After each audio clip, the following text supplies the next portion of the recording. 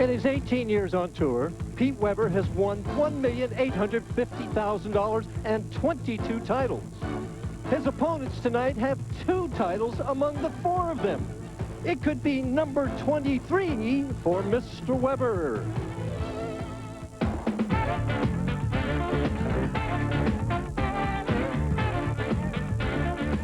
ESPN presents the Professional Bowlers Tour.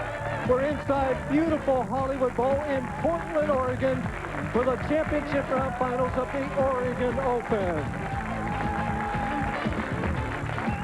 Hi, everybody. I'm Mike Durbin, and this afternoon we've got a blend of experience and inexperience for you.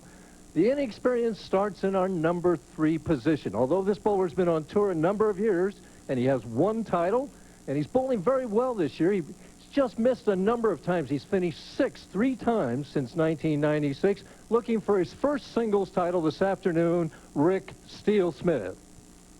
Our bowler in the number 2 position is the one with all of the experience, off to his best start in his professional career.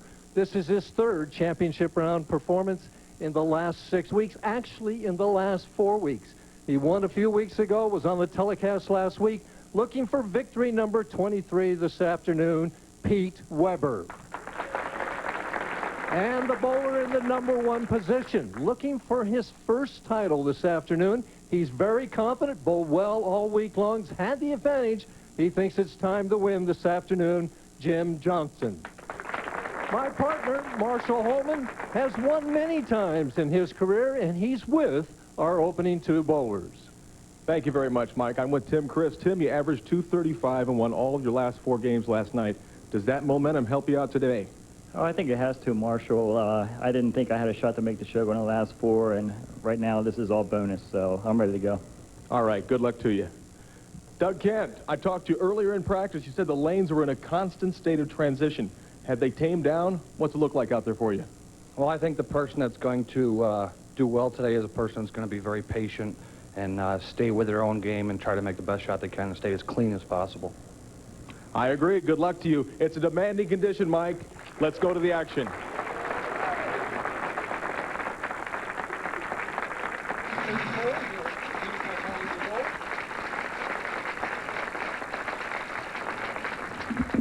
Doug Kent will lead off the match on lane 33.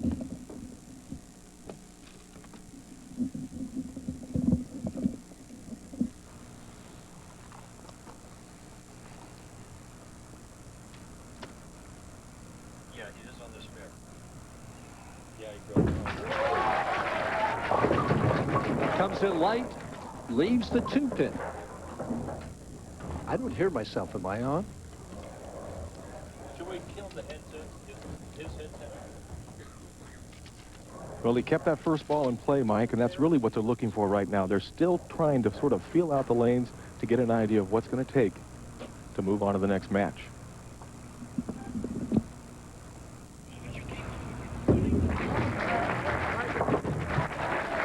And it's fair for Doug Kent. Pretty good way to start the match. Now, Tim Criss looked very good in practice. He throws the shot, what we call a hooking out shot, and the ball looks like it's going to be high at 50 feet. It just stops hooking. Tim Criss, of course, made the telecast last week. Bowled very well. Bowling well every week, really. He certainly is. And Tim makes a very good shot. As you can see, that ball stopped hooking at about the 50-foot mark, left a solid 10. He'll throw the ball very, very straight from deep inside.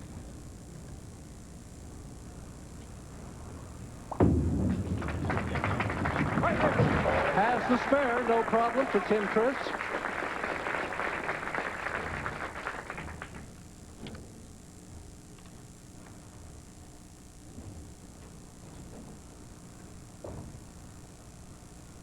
As you can see, Tim Criss defeated Doug Kent in a very high-scoring match in match play, 260 to 259. Well, we'd love to have that this afternoon, wouldn't we? 260 is going to win every game today, Mike. Well, the message came across, but didn't knock down the 10-pin. Again, he changes balls to shoot the 10 pin.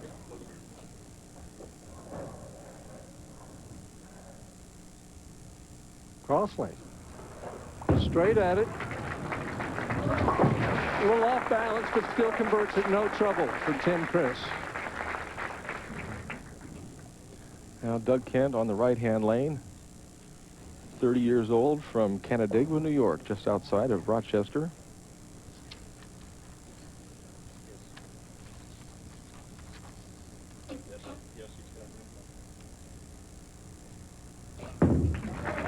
Way outside angle. And he gets a very, very nice break. He trips the 2 and the 8 pins out. They're going to take anything they can get right now, Mike. You can see him shaking his head as Tim Criss is preparing his shoe for the next delivery, trying to make sure that he doesn't slide too much. Now here's a chance for Doug to take advantage of that very, very good break. And that's the thought in his mind right now. Try and take advantage of all the good breaks you do get. There's no doubt in my mind. That's exactly what he's thinking. More loft. And a perfect 1-3 hit for a double for Doug Kent.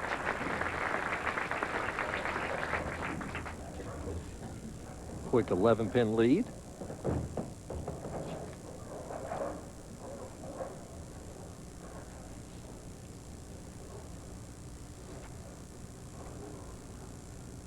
Tim Criss has been in the pocket both times leaving 10 pins. A lot more circle. There he gets a little friendly tap on that 10 pin. We'll take a look at Tim Criss, a 5-step approach. You see him start the ball in the 2nd step. That's ideal. Very slow, shoulder high, and a nice low knee bend with a good follow through. He really sticks that follow through. See that left arm out there for balance. And now his opportunity to cut into that lead of Doug Kent with his own double. Nice soft speed. Boy, back-to-backers there. And virtually the same hit, Mike Durbin. Both players now have a double. The difference is 1 pin in this. What will happen when Kent comes back?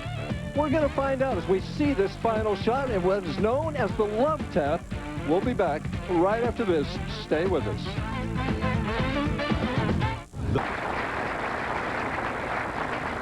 You see the career earnings of Doug Kent there from Canandaigua, New York. 6'2", 185 pounds. Doug has just reached the magic age of 30. And he's got a 1-pin lead, looking to take it to 11. Well, very direct. They have saved their best stuff for the telecast. They were struggling in practice, and it was a very demanding condition the entire week, especially on the early rounds until the transition. And what I mean by the transition is the oil being dragged down to the back end and making the balls hold pocket a little better. So before that, you were getting too much dart and dive? Oh, it was very, very difficult for the players to make consistent marks.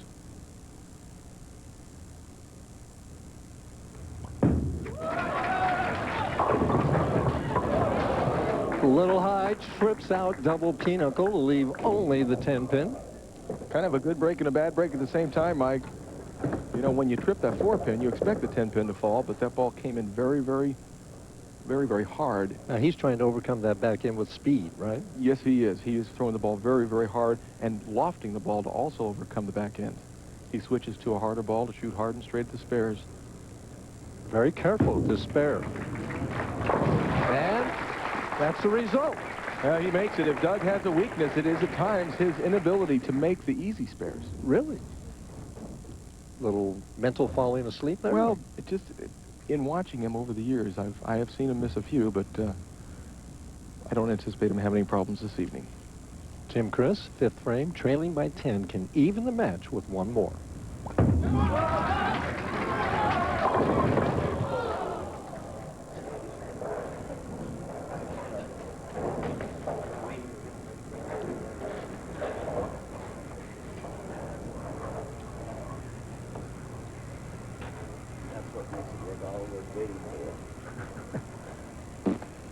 At the 4 pin. And no trouble. I asked Tim Criss if last week's performance would help him out on today's telecast. Absolutely, Marshall. Obviously, as you know, confidence out here is everything. And when you go on a roll, you just got to ride it and have a lot of confidence going this week, and hopefully it'll carry me through. Well, he's made good shots so far in the first half of the opening match, but trails by 11 as we enter the 6th frame. That's right, every ball in the pocket. And the 10-pin just does not want to cooperate. This was typical of all week. And there's his lovely wife, Sherry, and the 10-pins were tough to knock down this week, but it really was just the ability to be able to keep the ball in play that got our top 5 finalists to today's telecast. And of course, Pete Weber's bowling so well, he could bowl out in the parking lot and probably help be one of the top 5. Well, just as I say, Doug Kent has problems with single-pin spares. Tim Criss puts a little bit of excitement into making a 10-pin. Let's take a look at Tim's ball. Now, it looks fine right now, but this ball isn't going to hook. Is the lane going to be long enough or short enough? Just barely. He had it measured just perfect. Yeah, you can see he's a little bit relieved.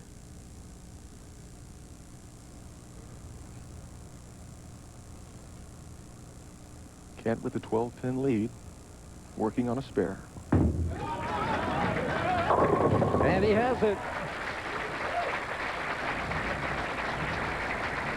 That special time of year is almost upon us. Join Ian.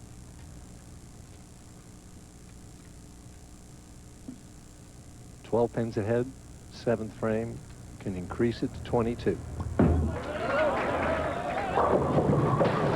He almost rolls another 2-pin. Really fortunate just to leave the 2. With the ball breaking in that sharply, Mike, there have been a lot of 2-10 combination leaves this week. Seems that every time he does leak it out to the gutter or the channel right there, comes back and it's a 2-pin combination. Yeah, there is not a lot of room. Feels a little hard and straight. Yeah, taking his time at these single-pin spares. He has the spare. We're through 6.5 frames. Doug Kent leads by 12 pins. Can Criss come back? We'll find out when we come back. Stay with us. Looking at Tim Criss, trailing by 12 pins. It's the 7th frame. Boy, Mike, he's bowling a great game. He's put the ball in the pocket every time. Right now, Doug Kent has missed the pocket 3 times, but yet he has a 12-pin advantage. But both players are clean. Every time Doug has missed the pocket, he was able to make a spare out of it. As you heard Tim Criss saying, just make good shots. Can cut the lead down to 2 pins.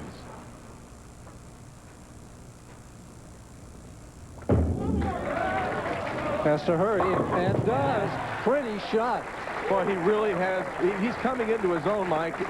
Here's a player that has been a fairly good player over the years, but the last couple, he's really, really bowling great. Take a look at Tim Criss's style. You can see slow to the line, good extension. Now watch this ball hook, now hook out, and look out. Knock that 6-pin right off the wall there. 2-pin match, 8 frame.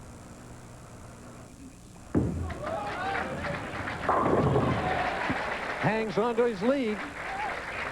I asked Doug Kent after a number of solid years, do you expect more of yourself in 97? Well, I expect more of a consistent year than I had last year. Last year was a really good year as far as consistently, as far as making finals. This year I'd like to up that a little bit and hopefully make more shows. And hopefully have more wins as a result of that. Yeah, and he's a player with such great talent and versatility. I really look for him to have a great 97. Can increase that lead back to 12 pins. 9th frame. Oh my gosh. Well, the first really glaring error by either player, but he doesn't lose anything if he can convert the spare. No, he's working on a strike, so if he makes this, it would be as if he left the 9 count. It looks as if he just got ahead of himself. He got to the line before the ball, and there it goes. He's playing about the 2 board, so it only takes a couple board mistake to get it into that channel. Try and compose himself. Very important shot. He pulled it. Yeah, left a 4-pin, yeah. Just a little bit left to target. Yeah, well, that's the natural thing after dipping one in. Oh, it certainly is. I know that I'm one of the rare individuals who's thrown 2 in a row in the gutter on national television. You did that? Where was that? It was in Detroit many years ago. I've been trying to forget about it. Well, Detroit's got good memories and bad memories for you. It certainly does. Tim Criss right now He's suddenly up. takes a 10-pin lead, working on 2 strikes in a row. Got a hook.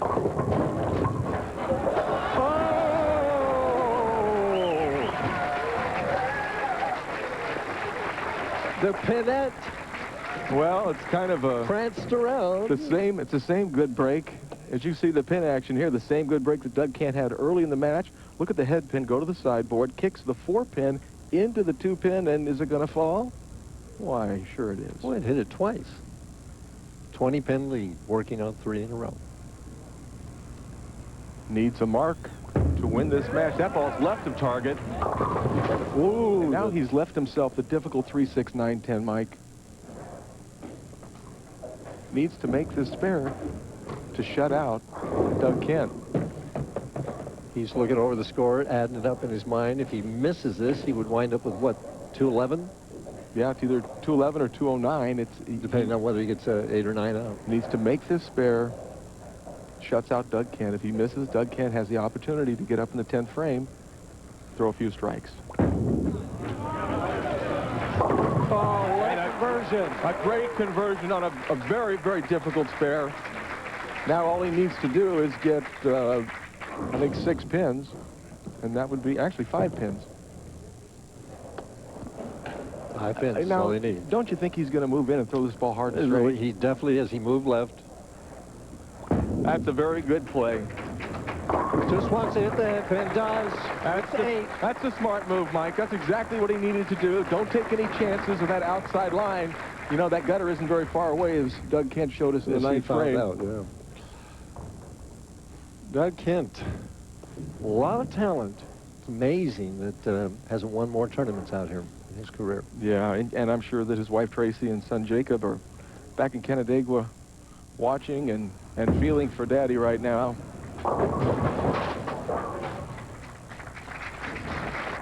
Well, he was in that trap, you know. If he got a little wide, he left the 2-pinner combination thereof. Yeah, Tim Criss definitely had the better line toward the pocket. A disappointed Doug Kent is going to finish with 207 if he can strike here on the fill ball. And add this to his experience ledger to hope that it helps him next time to get that win. Leaves the 210, finishes with 205. The winner, Tim Criss. When we come back, we're going to have a tip. But this time, it's going to be from the new guy. We'll find out what it is. Stay with us.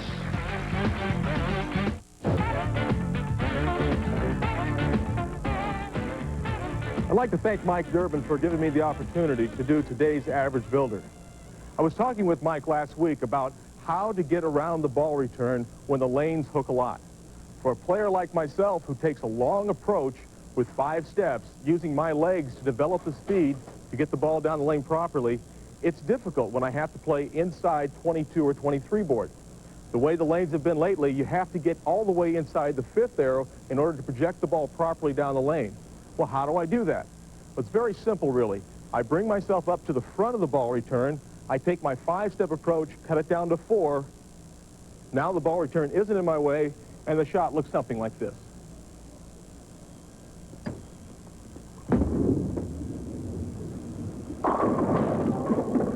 So as you can see, there are many different ways to change your approach. For me, in order to get around the ball return, I go from 5 steps down to 4 steps. I think this Average Builder will work well for you too. Yes, 221, Kent 205.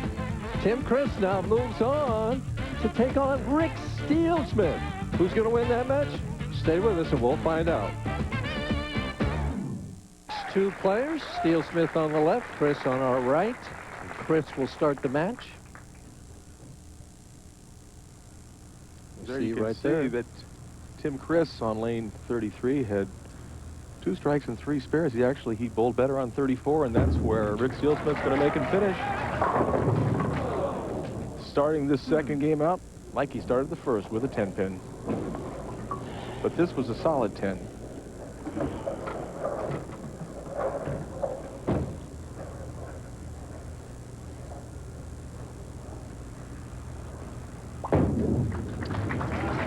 Has the spare. Steelsmith will be playing a different angle. Looks like Steelsmith's going to be playing inside, and Rick is one of the most talented players on tour. Unfortunately, had a problem with a rotator cuff injury back in 1988, and it really hurt his ability to throw the ball the way he wanted to. In fact, it took him out of pro bowling for a couple years altogether. Is he healthy now?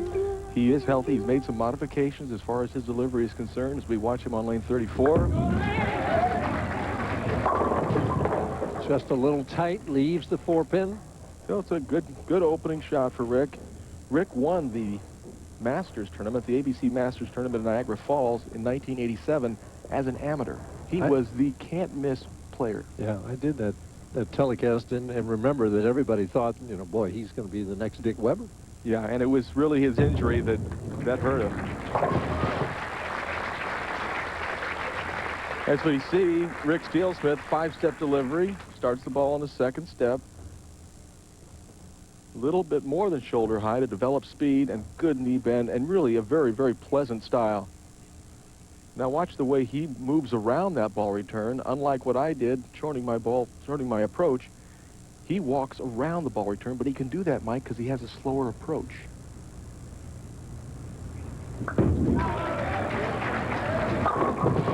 Perfect shot on lane 33.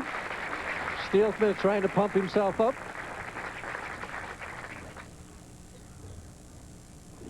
Well, we've got a battle of two of the more likable players on tour. Tim Criss and Rick Steelsmith. As you see, Tim Criss career earnings of $188,000 plus. From Bel Air, Maryland.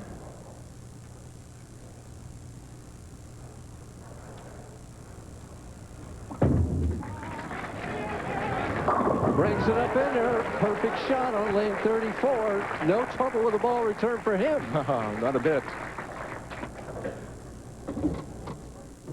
And we see we had just over 100 entries. Everybody averaged over 200, Marsh. I didn't. Oh, you didn't. Okay. I kept the overall average down. I was trying to do my part. Moderate to low scores this week. They were difficult. These pro bowlers always find a way, though. Trying for a double. Again, can't knock out the 10 pins. Finds himself in an interesting position, Mike. He's hitting the pocket on a demanding condition. Does he switch balls to maybe try and get better carry? I would be hesitant to do that, but in today's game, that's an adjustment that many players do make. Cross lane at the 10 pin. He shot a bunch of them. Has it. You keep mentioning the demanding condition, that they were tough all week long. What made them so tough? I mean, just a small area to aim at? Well, what made them tough was that the lanes were very, very wet in the front and very, very dry in the back end. So you've got that big dart and dive kind of shot, as you like to call it, and it was very, very difficult to try and keep the ball just in play. Kind of an ice rug type Yeah, thing. once the lanes transitioned, they became a little easier. Steelsmith going for a double. Boy, he had him coming from both sides to knock that 10 pin over. That's the smooth power of Rick Steelsmith. Really a very effortless kind of a style. We'll take a look at these pins. This ball's coming in a little bit light. Rips the 5 pin. Here comes the head pin coming back for a little messenger help. Boy, he didn't get it with the love tap. He was going to get it with the messenger. Yeah, he had the 6 pin and the head pin going at it. As he takes a 10 pin lead, going into the 4th, can increase it to 20.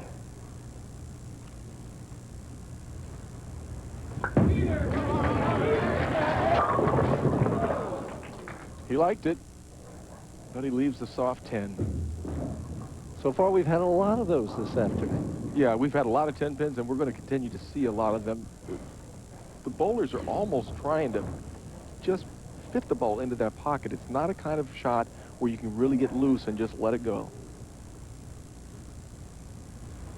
At the 10 pin. It was the last thing he practiced for his last practice shot. And that's also a very good tip for any of our touring players who are making a telecast for the first time. Throw some spare shots. You're going to need them out there. Tim Criss now down by only 9 pins. Needs to strike to keep that 9-pin deficit. Way left to target. And a wide open split, a makeable split, but that ball was a good 3 boards left of his target at the arrows. Oh, hook. 3, 6, 7, 10. As you can hear, Tim Criss's mic, he said something about his ball hooking too much, and that ball hooked too much, but it was because it was left of his target at the release. Very makeable split. He's got a chance. All right. What a great conversion. That helps to keep the momentum going, Mike, and that momentum means so much in pro bowling. He's down by 13 pins, but he feels good about it. We'll take a look at this conversion. He moves well inside on the lane, makes a nice, relaxed release. There's the ball left of that 3-pin. Knocks the 7-pin out. No trouble. See if he can get back in the pocket.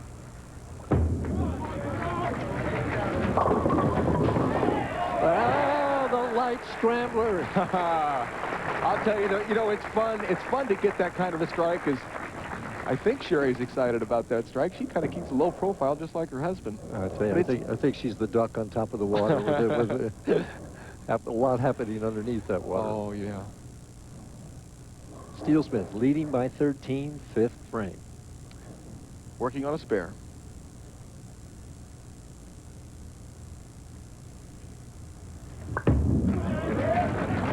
Right back in there. Oh, it's a beautiful shot.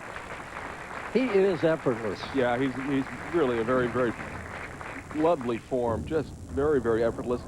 His daughter, Kayla, who's 2.5 years old, I was told, went to sleep last night with a picture of Daddy. So I know that Roxanne and Kayla, they're watching right now, and they've got all the fingers and toes crossed. They're watching back in Wichita, Kansas. Yes, they are. Rick now has reached a ripe old age of 32. Still seems like a kid to me. Yeah, he does to me, too. Trying for another double. Oh. Well, the 10-pin just won't cooperate with either player. No, that would have been a great shot. You really want to put the pressure on going into commercial, because then your opposition has to sit there down an extra 10 pins, for the 2 minutes or so, and makes you even more nervous. Once again, Rick will go hard and straight with his spare ball. Cross lane at the 10-pin has the spare. So we've got a nip and tuck battle. Steelsmith leads by 13. Criss is working on a strike. Can he come back? We'll find out right after this.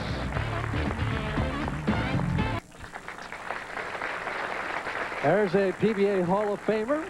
Seems to get better with age, Ernie Schlegel. Yeah, he does, and he's also being inducted into the ABC Hall of Fame this year as well.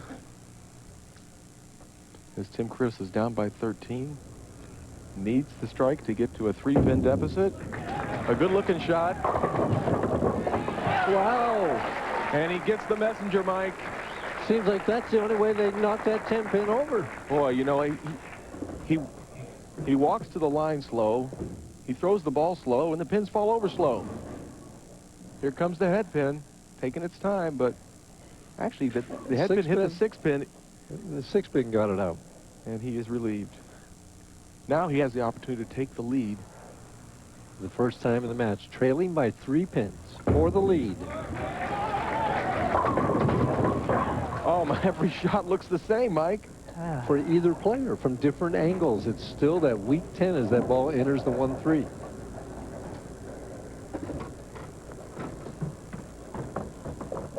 And the players have had a lot of experience shooting this 10-pin.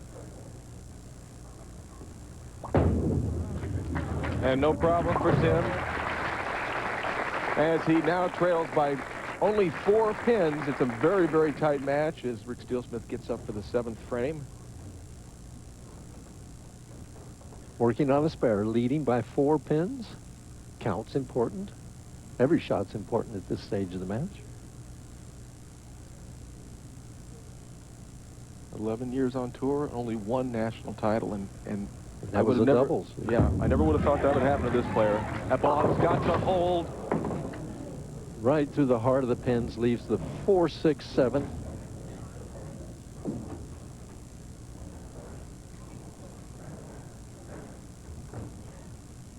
He'll go for the count, hard and straight at the 4 and 7 pins. And a disappointed Rick Steelsmith. Later. Well, Rick Steelsmith now trailing by 10 pins, has to keep the pressure on. Needs to strike here. Good shot. That ball hung, and you know, how many times do you see someone go high on one lane and then make the subconscious adjustment on the next and come in light? Looked like he got out of that ball clean. I thought he... It looked pretty good as we see it again. He's playing well inside, about the 22-23 board, and the ball hooks out. It's a good break. Leaves only the 5-pin. He can practice on this. He'll throw the strike shot to try and get ready for the next time he bowls on that lane. Says, yeah, that's where I wanted to put that ball.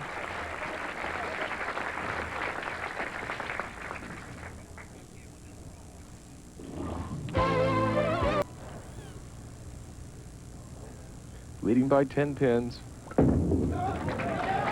That ball's coming back. And just barely knocking down the 10. Nothing falling fast today at all, Mike. And nothing powerful. It's just all the love tap. No, and this is basically Tim Criss's. Get the 10 out.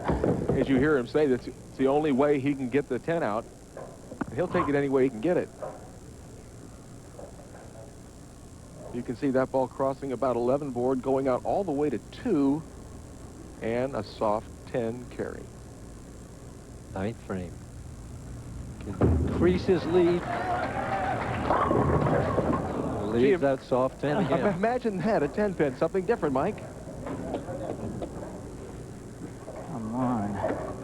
That's what we're saying, Tim. Come on. And Rick appreciates Tim Criss not throwing a double. Keeps him only 10 pins down. Still has the opportunity. In fact, there's an opportunity for a tie.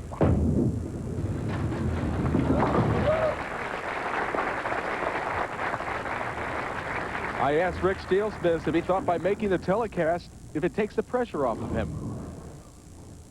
I think so. I've had a lot of close calls in the last probably 10, 15 tournaments, and it's just a big relief to finally get back in the show again, and I think it's going to take the pressure off enough that I can relax and bowl well. He needs to bowl well right here in the 9th frame as he trails by 10. He needs to keep that count right at that point. Right, and it wasn't the lane that caused the bad shot. He was short with it. He did not extend the ball down the lane. We'll see if he can throw a better shot here in the 9th. Oh, yes. He knows it. He knows what he has to do, Mike. He has to strike in the 10th frame. We'll take a look at his release here. Boy, intense eyes. Gets that ball behind him, real close to the ankle, and right up the back of the ball. That's where the power comes in, Mike. It's not from the spin. It's from that forward roll up the back of the ball. What kind of pressure bowler is Rick Steelsmith? Well, he'd always been a great pressure bowler when he first came out on tour. And then with the injuries, it took a little of his confidence away, but I expect this ball in the pocket. And it is. It's an even match. Great shot from Rick Steelsmith. He shows you some of his power. He definitely throws the stronger ball of the twosome. He has the opportunity to take a 10-pin lead with a strike in the 11th. His possible is 215. Tim Criss can strike out and shoot 215. So this match is certainly not over.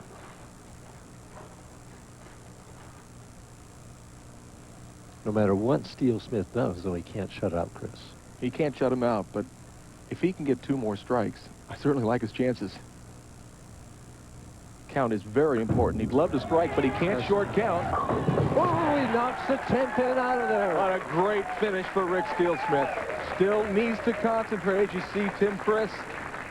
He knows what he needs to do.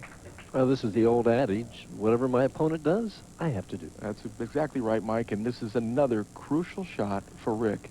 He needs to get the ball in the pocket, give himself the opportunity to strike. If he short counts, it could mean the difference in the game.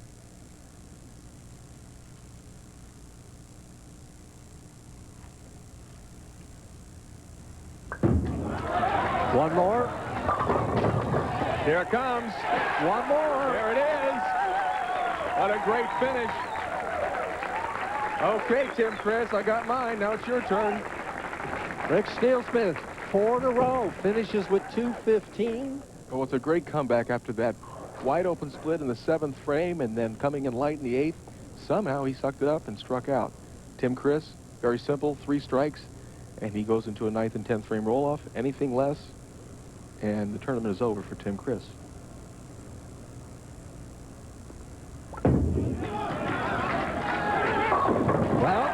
snapped that 10-pin out of there that time. Oh, that rack went down fast for Tim. Now, he should be thinking about your tip from a few weeks ago, Mike. Just one more. Because you can't think about getting that third one. He's got to think about one shot at a time. One shot at a time. I'm sure he is. I'm sure he is, too.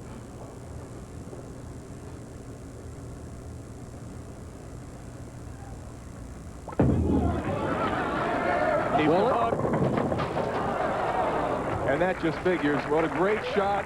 Another 10-pin. I don't know how many 10-pins Tim Criss left in the 2 games.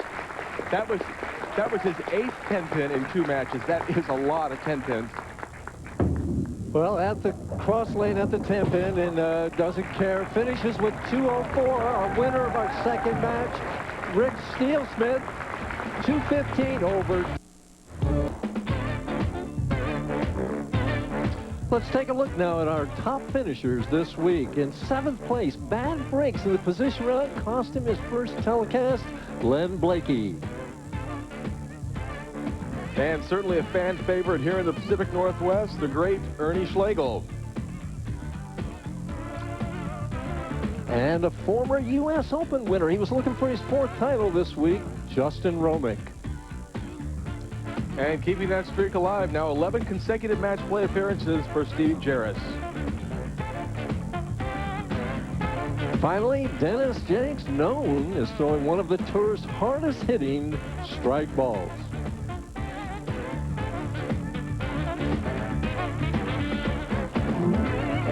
There we see Rick Steelsmith, 2:15. Tim Criss, 2:04. Match number 2 is finished, setting up now. Steelsmith versus Pete Weber. Battle of young titans. Who's going to win? We'll find out right after this.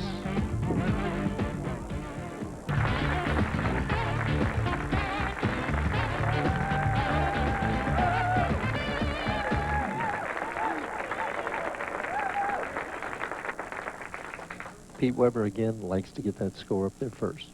Yeah, he doesn't care which lane his opposition is better equipped to strike on. He wants to post his score. That's his strategy. Always has been, always will be. That's wide. Well, nothing lost. Leaves the 1-2-4. You know, Rick didn't throw too many practice shots during our break. He was busy smiling about winning his last match. Oh. He's got to get his attention back to Mr. Weber. Well, if anybody can get his attention, I'm sure Petey will do it. Very important. He's throwing his strike ball to make this spare. He's hooking at it. And no trouble. Knows what he's doing. Now our first look at, and I think you can use the G word, the great Pete Weber. He's proved that over and over again. Small in stature, but large in talent. Well, it runs in that family, doesn't it? Yeah, just a little.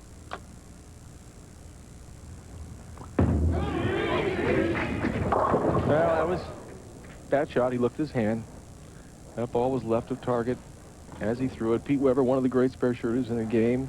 Even with that big hooking ball, a strike ball, he'll throw the ball hard and straight. Shouldn't have any problem. 3-6-10. Trouble. Maybe a problem. Well, Pete, you made me look bad. We'll take a look at Pete Weber. He's going to shake that off. Not a big deal. You can see Pete takes a 5-step approach. The ball starts in the 2nd step, and look how high his backswing is. Way up there. Beautiful position to release. A lot of power. Such an athletic finish.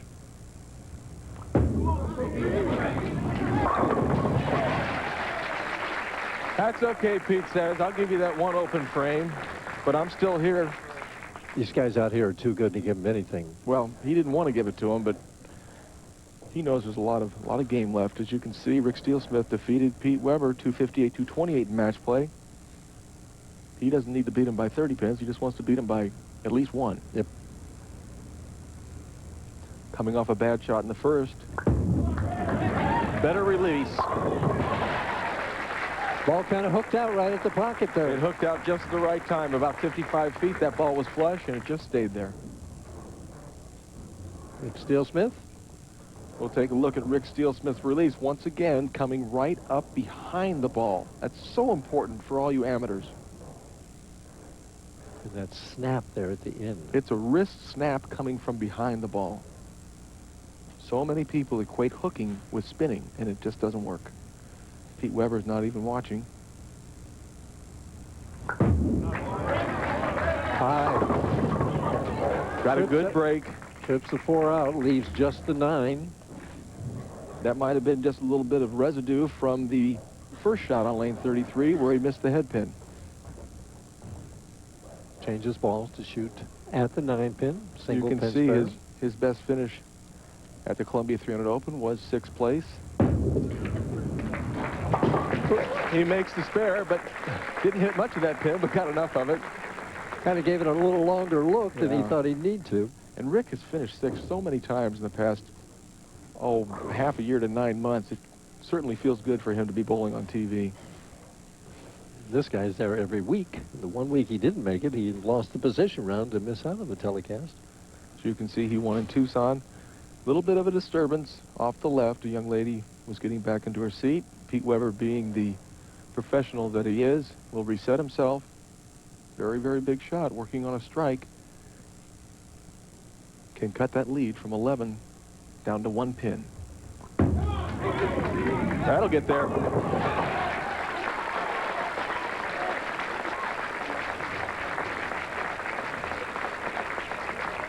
"15 years ago, when it was the City of Roses Open, guess who won?"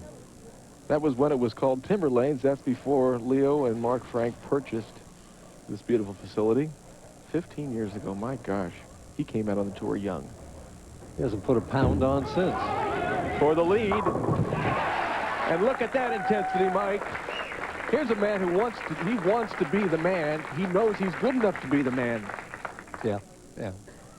Well, in the back of his mind, you know, his dad has, what, 26 titles? I'm sure that's, he's aiming to get that this year. Well, yeah, he'll get there.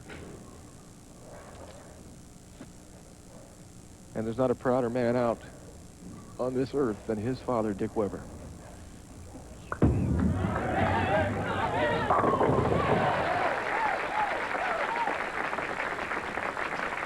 And the tour now is going to ABC in our first 2 stops, the AC Delco Classic at Cal Bowl. And then we go to the Showboat Bowling Center in Las Vegas for the Showboat Invitational, the oldest stop on the PBA Tour. That'll be ABC, 3 o'clock to 4:30 p.m. Eastern Time. March 8th and then March 15th. Rick Steelsmith with the opportunity to take that 9-pin deficit and turn it into a 1-pin lead with a strike on 33. Oh, what a bad break. A late hit carries many, many times. As you can see, Pete Weber pointing at something. I think he probably wants a re-rack on lane 34. We'll take a look at this ball. This is to take the lead. It's trying to hook back. It gets a little to the head pin, and that shot will strike a lot of times. A lot of times. At the 7-pin. Straight at it. Hang on, ball. Straight at it. It hangs on. It was listening. 9 pins the difference. Weber has him. You can see Pete Weber is only 21,000 behind Walter Ray Williams. He can get to within $3,000 of Walter Ray this week, and don't think Walter isn't concerned about that because he doesn't want to relinquish that spot. For 4 in a row. Got a hold, and it did. And it did. Look at that. There's a lot of intensity going on with Pete Weber. He wants it bad. He's always angry at the pins, it seems like. Well, I can relate to that. It's fun being angry at the pins. When they fall down. Yeah, yeah, when they cooperate. Seems like a lot of times in that argument, though, they have the last word. Well, yeah, too many times. Weber, 5 in a row. Got a hold, and it does again. That ball was left of his target, Mike, but he got the ball out of the lane, projected it out, and it held. Pete Weber leads by 29. Rick Steelsmith is overcome. Can he come back? We'll find out when we come back. Stay with us.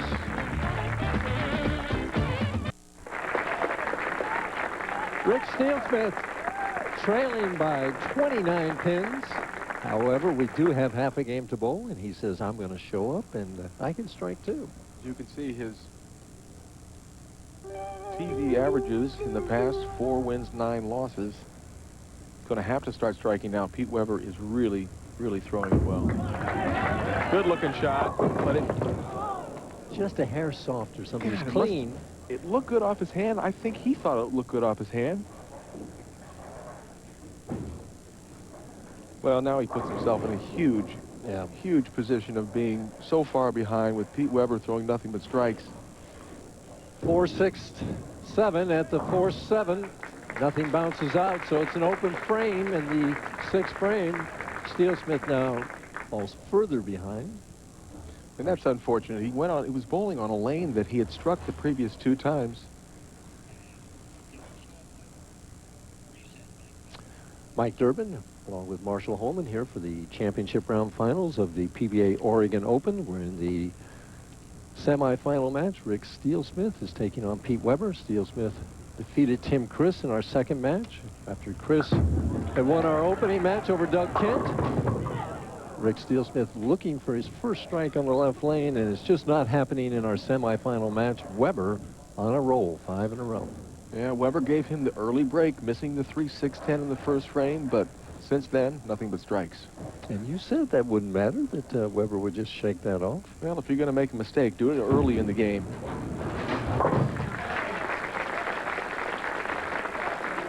Weber showing his versatility. Spent most of the practice session, most of the hour of practice playing inside where Rick Steelsmith is playing. And it wasn't until about 15 minutes prior to the time of air that he moved out. He moved outside. But he's going so straight. He's throwing the ball hard and straight, good loft, hitting the ball well out of the lane. Well, he didn't like that shot. He overturned it. We know that he's thinking all the time is trying to stay behind that ball like Steelsmith does. Well, they all are. All the players need to stay behind the ball. It doesn't matter whether you throw the big hook or you throw it straight. It has to come from behind. He'd like to make it this time. Hooks it at it this time and doesn't make it again. He's 0 for 2, and he's put Rick Steelsmith in a position of having a chance. Wow, 8 out on that spare, too. It's now just a 26-pin lead for Pete Weber. It's nice to have 26-pin lead. As you see, Pete Weber hooking at him. Goes out, chops it off. That spare's got him. And he knows it right now. He doesn't want to leave it again.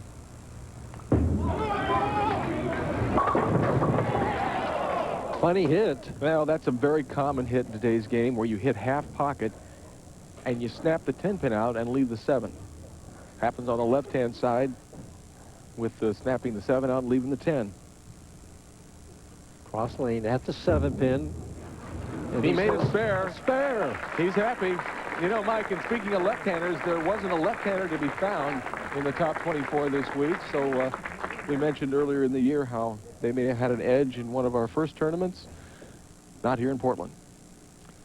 Well, no edge this week. Steelsmith, though, he's got any chance. He's got to start striking right now. He's got a chance, but he needs to go with the strike in the 8th frame.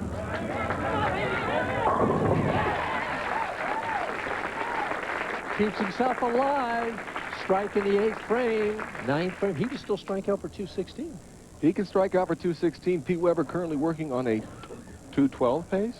That's So this is an extraordinarily important shot for Rick. He was able to suck it up last game when he needed it at the end. Can he do it now? Well, he knows he's still in this match. Well, you'll see a lot of emotion if he gets a strike on lane 33.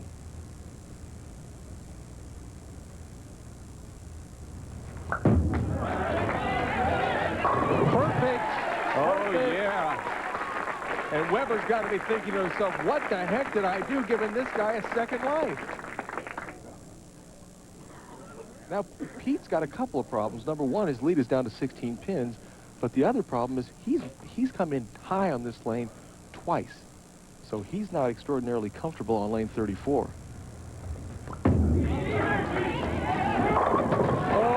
man. Or maybe he is. Did you see that ball hit where Criss was hitting, leaving the weak 10, just snapped it right out of there? Yeah, but Pete Weber's ball, unlike Tim Criss's ball, now watch the way Pete gets the ball well out to the right. It keeps on trying. What I mean by that is it keeps on digging, keeps on hooking, snaps that 10-pin out. Look at those eyes. Oh, yeah. But he has to strike here to lock this match up. That's right. Strike here. He goes on to the title match. Anything less. Oh, just as good as he can throw it. I'll tell you, very seldom do you have the opportunity to make two really bad errors in a game and still close the match out. Is he going to stay out there, or will he throw this one down the middle? He's going down the middle. He's got it. He'll throw it hard and straight from somewhere. That's it. Yeah. He was aware of the score, Mike. Did exactly what he had to do. Now, on this shot, I think he'll go back to his strike shot again to try and be comfortable, ready for the final match. No, he's throwing hard and straight again. My gosh, he's striking from everywhere. And he shows his power. Weber. Well, Pete he's a fan of bodybuilding. That we can tell. He knows all the poses. He just doesn't have the body. 9 strikes in that game, 2 opens, 1 spare. 232 Pete Weber winds up with.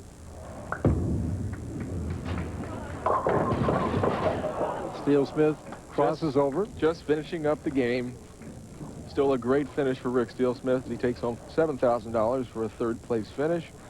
And I'm sure we'll be seeing him very soon. Rick Steelsmith is going to lose this semifinal match. We'll be back with Championship Frame, a review of our 3 previous matches right after this. Stay tuned.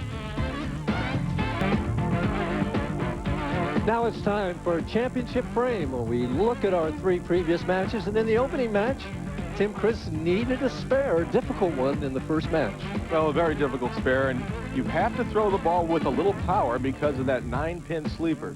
Ball goes well to the right, comes back, and a perfect conversion and a lot of relief for Tim Criss. Final score of the opening match, Tim Criss defeats Doug Kent 221-205. He moves on to take on Rick Steelsmith.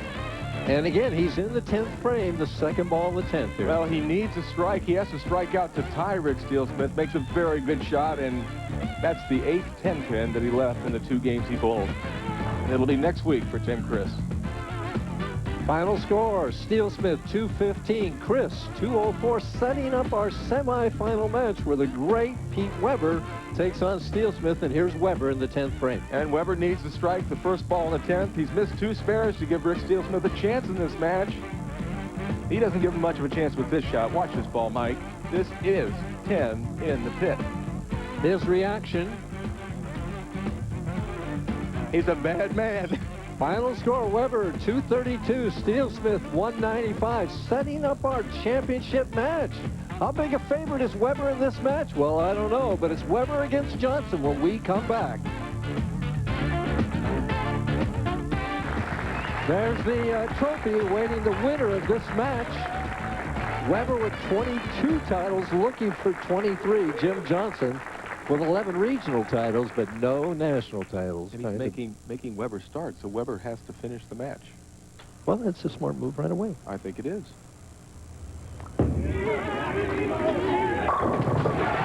Boy, he's a special player, Mike. He really is. It's awesome that to be the son of someone as great as Dick Weber and possibly come out on be tour better. and maybe, yes, right, maybe be better than him is beyond thought. As we see our first look at Jim Johnson Jr. Goes very direct. That's a nice shot. Stay down to practice for. As you can see, Mike, there's the proprietor, Mark Frank. Back-to-back proprietor. Boy, that's just unbelievably tough. I can't imagine it, and what a tough spare to start the match off with. And he makes the bucket. You heard him say stay down. That's what you practice for. He wants to make sure that he doesn't pop up at the line so he can get the proper leverage. He didn't get the good fingers in the ball because he didn't stay down. As you can see, he qualified first with a 221-plus average. Really ran away from the field. But now he needs to try and run away from Pete Weber.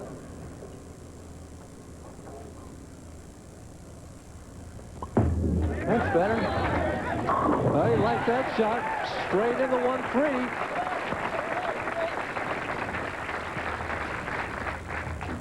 If there's a chink in Weber's armor, it's this lane 34. Yeah, and the reason, as you can see, Pete Weber defeated Jim Johnson in a big way. 279-224. Weber needs to make sure he gets the ball to the right. When he was short, he left the 3-6-10 twice. There he extended. Oh, with his first solid 10-pin of the match and of the day. Not happy with that.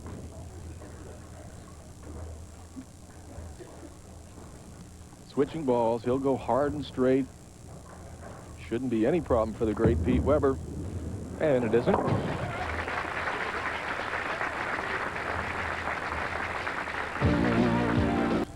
Match is all even. Pete wants to strike to keep it that way. That's left. 4-9. Pays the full penalty. There were a lot of 4-9s this week. It wasn't a terrible shot, but it was left of his target. We'll take a look at it after. Well, we'll watch him make this spare or attempt to make this 4-9. And he's going to go for it. Oh, without a doubt.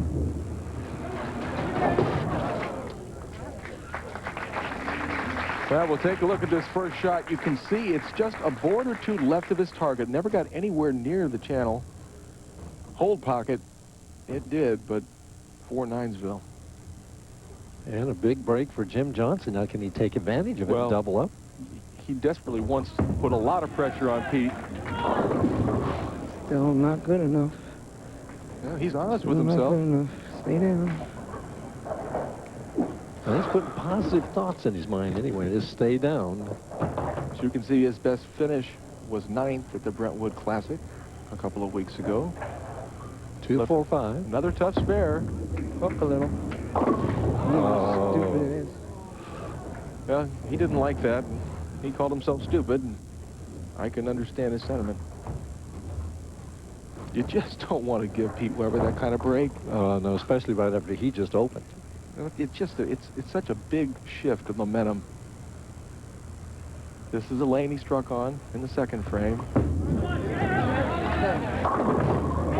And gets a break, knocks the 4-pin out of there.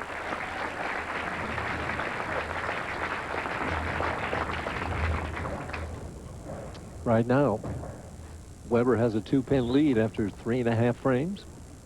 Or he's a 2-pin deficit, rather. Happy to be just 2 pins down right now. Right, exactly. Could have been a lot more.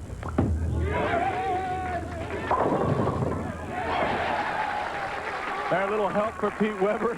So both of them knock out the 4-pin. Yeah, he sort of, I think he stares them down a little bit. Watch this ball just a little bit left of the target. Coming in a little high, not bad. Will it kick it out? Something hit it. And a patented Pete Weber reaction. It definitely is.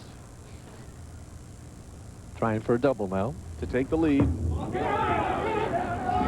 Oh, and he's running it out. He got a handful then. I think he wishes those people weren't so close to him. He wanted to run it out a few more lanes. Now, Johnson trails by 8.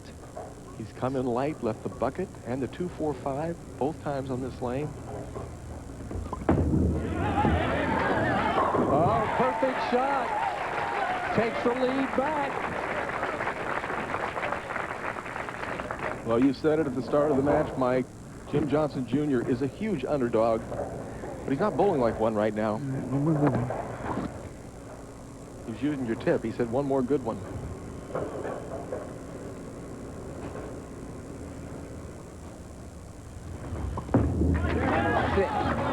Oh, he's perfect. Boy, he's got a little bit of hold. There's his fiancée, Sabrina Robeson. She loves that strike. That ball looked like it was going in high. I don't think he can go high. I mean, that ball is holding pocket all the way. It sure is. Puts it right back on Pete Weber. Pete Weber now trailing by 12 pins. Can cut it to 2.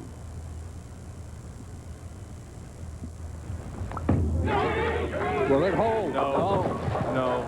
He got too much of it. He got too much fingers in that ball. And maybe just a little bit slow.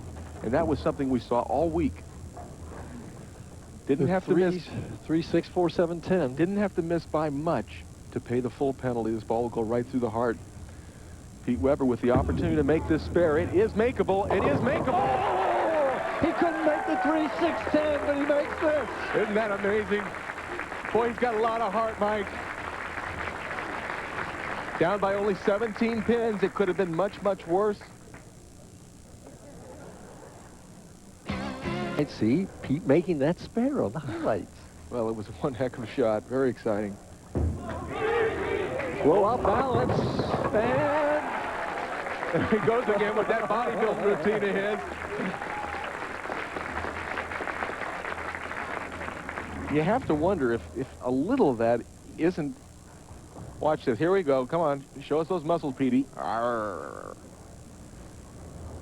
however, Johnson working on a turkey, trying for 4 in a row and a 27-pin lead. That's left. Oh, he almost... So bad. You never bowled before. Well, he says he's never bowled before, but he just led a PBA tournament.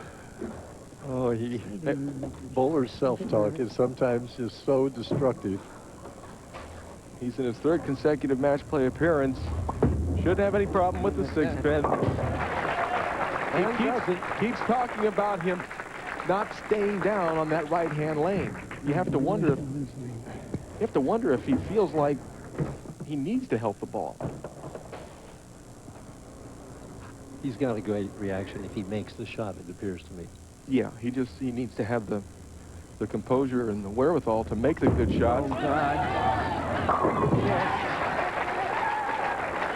No, I couldn't tell whether he liked that shot off his hand or not. He comes right out right away. It looked like he thought it might be going high, but that ball's holding. Weber down by 16 pins. It's the 8th frame of the title match. It's time to get it done. He came in high last time. A little bit slow, a little bit left to target. Needs to regroup on lane 34. Oh. And that was a very good shot, and he knows it. 2 4-9s in the same game.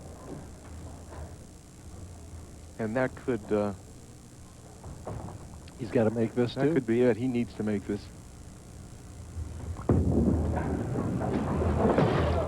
Just missed it. Oh. So Weber opens in the 8th frame with 8 out. Falls further behind in this match, now trails. And all he can do is shoot 197. Jim Johnson Jr. working on a 207 pace. So if Jim Johnson Jr. can throw 2 marks, he wins. Weber can't miss lane 33, but lane 34, different story. 2 splits over there, 3 splits in the game. But Johnson still has to finish it out. Johnson does have to finish it out, and there's a lot more riding than just this victory. If he wins, he's going to be bowling in next year's Tournament of Champions.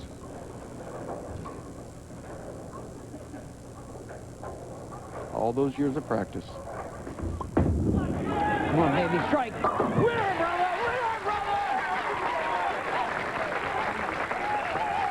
I asked Jim Johnson after 10 years, the member, with 1 second-place finish, do you feel like you're ready to win?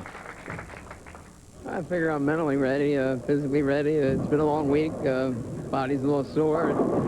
3 finals in a row, but mentally I'm ready. And hopefully I'll learn from the last time what to do this time. Well, he's more than ready, Mike Durbin. He's a champion. The easiest shot he's thrown all week. You know, he led this tournament by a large margin. You always have to feel good for the tournament leader when they win. And they've been winning this year. Yeah, and there's Sabrina. She's got the tears of joy. You, Mom. That one's for his mom. Just another strike for Jim Johnson Jr.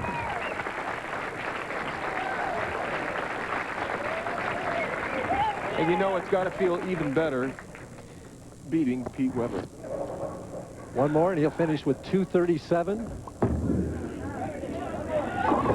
Oh, That's the place for that one. That's the place for that one, is right. And he gets a congratulatory hug from Pete Weber. And there's a big hug from Sabrina. Oh, yeah.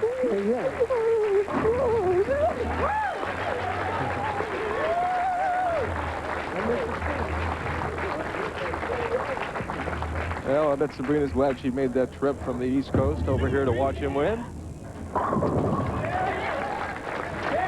Weber takes home $9,500. Another second-place finish, and he's disappointed. I think in the back of his mind, he's kind of happy for Jim Johnson, though. I think he is. You know, Jim's been a good player for a number of years, and finally, he got the job done and won. Pete's smiling. Weber finishes it out, and he had, let's see, 3, 4, 8 strikes in this match, and didn't bowl 200. Too many opens for a 197 game.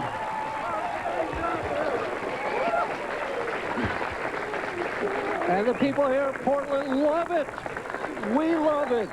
Everybody loves Jim Johnson. We'll be back to talk to our newest champion right after this. Don't touch that clicker. Your PBA Oregon Open champion, Jim Johnson. They love you here. Did you ever doubt that this day would come? All the time. I said, believe me, this is a dream come true for me, my family, and just, you don't know how hard I worked, and I just never thought it would come, and even the beginning of this year, I had doubts whether I was going to stay out all year, but I kept pressing on, a lot of work I had a lot of help from a lot of people, and kept me going. Well, you had a lot of good things by my partner talking about you today. He's got a question for you. You know, Jim, we hardly really even needed to talk about you. You did the play-by-play and commentary about yourself. Very vocal out there. When you missed that spare early in the game, you just wanted to kick yourself, didn't you? Yeah, because I consider myself a pretty accurate player, and making my spares is what gets me here every week and keeps me in play. And you miss a spare against Pete, who's probably the hottest and the greatest bowler out here. You don't want to give him a chance, and after the split, I didn't want to give him a chance, and I did, but... It's got to be even more special being able to get your first title against someone like Pete Weber. It's immense proportions. You just can't imagine. Just, you know, he's the last person you want to bowl, and he averaged 274 against me this week. So here's the shot that did it for you right here. This wrapped it up for you. Oh boy, I don't even remember it. I will now. Well, you threw 9 of them in that game. You threw a lot of strikes. Well, I got a couple of good breaks. I threw a lot of strikes all week, and I said I just love bowling here, and this was my first trip to the Northwest, and you know it's not going to be my last. I'll make every trip here. Well, this isn't our last trip either. We're going to take a break right now. When we come back, we're going to be talking to Jim Johnson again, and we're going to be talking to the runner-up here, Pete Weber. Stay with us, and don't touch that remote. Once again, here's our champion of the Oregon Open, Jim Johnson. And we've also brought out here our runner-up, who's won 22 times before. Marshall, you got a question for Pete. Pete, do you remember your first title? I know this is very special for Jim. Yes, I do. And trust me, Jim, there's nothing you can do tonight to make yourself feel any better, because you're going to be feeling really good for about the next 3 days, so don't even worry about it. And Pete, it seemed like the right lane was your undoing. It got a little bit slow, left a couple of splits on it. Oh, yeah, it did, Marshall. I mean, after I left the 5-count split, I moved, and I thought I made a good shot. I know my speed was a little slow, but the result was bad, but... You know, you take the good with the bad. There will be another time. Well, I'm sure America will be seeing you in the coming weeks, no doubt. And a very emotional spectator watching this first victory was Sabrina. Sabrina, your reaction? I'm thrilled. It's been my dream since I've been with Jim, and I know it's been his family's dream, and he's worked hard, and I'm proud. I know she's very proud. Jim, 11 regional titles. You're known for bowling 300 games. You've got 56 of those.